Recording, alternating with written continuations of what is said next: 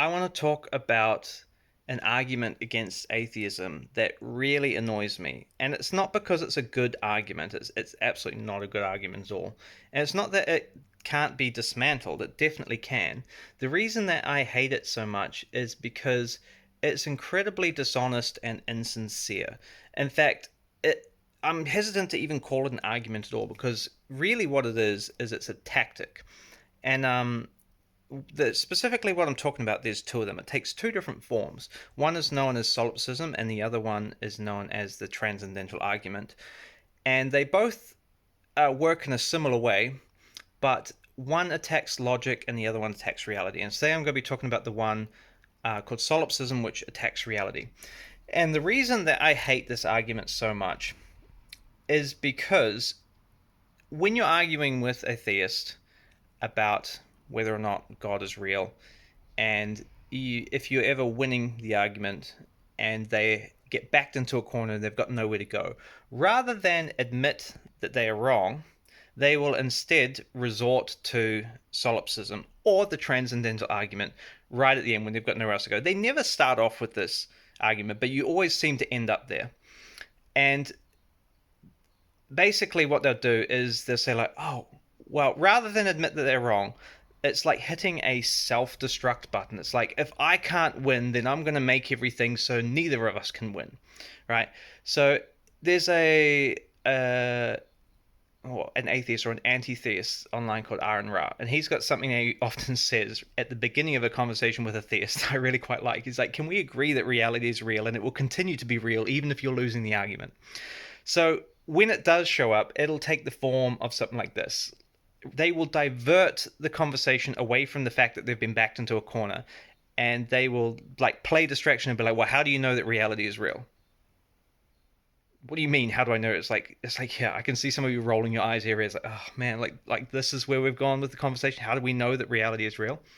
It's like, touch wood, reality is real. That's sufficient evidence for most people. We don't need to go anything more beyond that, right?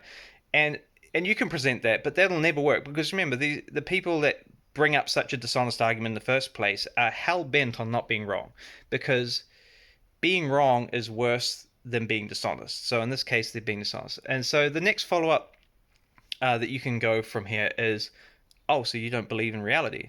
And then they'll say like, oh yeah, of course I do. But then they'll find a way to weasel their way out of that one as well. Um, because ultimately, this argument sucks for a couple of reasons. Not only is it reasonable to assume that reality is real, it's necessary. So every time anybody has a conversation about literally everything, there are a couple of assumptions or presuppositions, synonyms for the same word. We assume a couple of things to be true, even though we cannot prove them without a shadow of doubt. I assume that logic is true and reality is real, and I assume that you think the same thing, and I assume that you think that I also think the same thing, because without these being the case, there is no foundation on which to have a conversation. So these are certain assumptions that we need to make, right? So not only is it reasonable to think that reality is real, it's necessary. Can I prove that reality is real to 100% shadow of a doubt?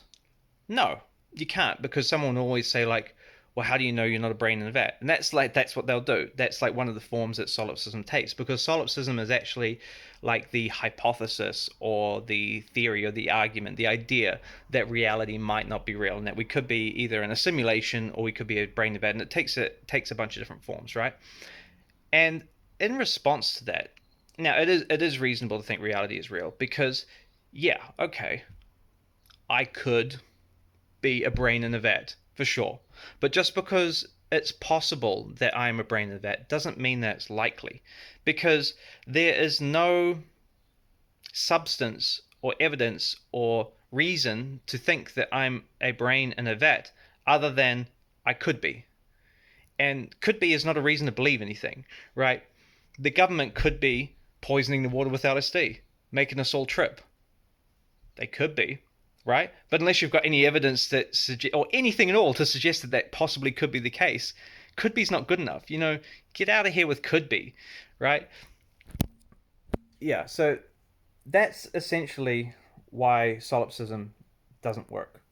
because it is incredibly reasonable to think reality is real. And also, there are a couple of other arguments against solipsism which I don't think are as slam dunk, but I'll present them anyway. Like, if it does in fact turn out that I am a brain in a vat, this is just going to add to the ridiculousness of it. It turns that would mean that I have written every piece of music that I've ever listened to. I have directed and created every movie and every piece of literature that I've watched and read. I have architected every city I've ever been to and every park I've ever been to, and the personality and traits and looks of every single person that I've ever met. It was all a creation in my own head, and it just seems ridiculous. So at this point of the argument, even though you can point all of this out, and if you've got a crowd of people, you probably be very convincing to the crowd. You'll never convince the individual of this, but where they don't realize they've gone dishonest about like this absolutely insane expectation of proof that they've put on everything to the point where you cannot know anything to be true. It's not this, it's only applied because they cannot lose the argument. So if we switch things around another way, let's say for example that God revealed himself in present times, came down, showed himself to the world face to face, and started consistently performing miracles around the world like he did in the Bible, right? You can bet your ass that no atheist is going to be like, oh, well, how do you know that reality is not real? How do you even know that reality is real and this can't all just be an illusion? Like, no, of course not. Don't be silly. That's gonna be more than sufficient to convince anybody who's logical and reasonable and skeptical that wow, this is actually here, this is actually happening. If you are the person who's gone to that place where you're like, well, how do you know that's even real? It may not be real. You may be a brain about. How do you even know reality is real in the first place? You've gone into the place of conspiracy theory. Like some people, and there will be, if that scenario did in fact happen, some people would be under the impression of like saying stuff like, "Oh, how do we know it's not aliens with advanced technology that have come here and for whatever reason have made everything appear as if a god is showing up and is performing miracles here on earth," right? This is what I mean. Like that's conspiracy theory territory, and you got to realize that if it was flipped and you could in fact give us a demonstration of God's existence, we wouldn't pull the same card because it's an incredibly dishonest argument to pull in the first place. So yeah, that's solipsism. That's why it doesn't work, and that's obviously why it's an infuriating argument, infuriating, stupid argument. Anyway, that's about it for today. Um, Stay honest and see you in the next one.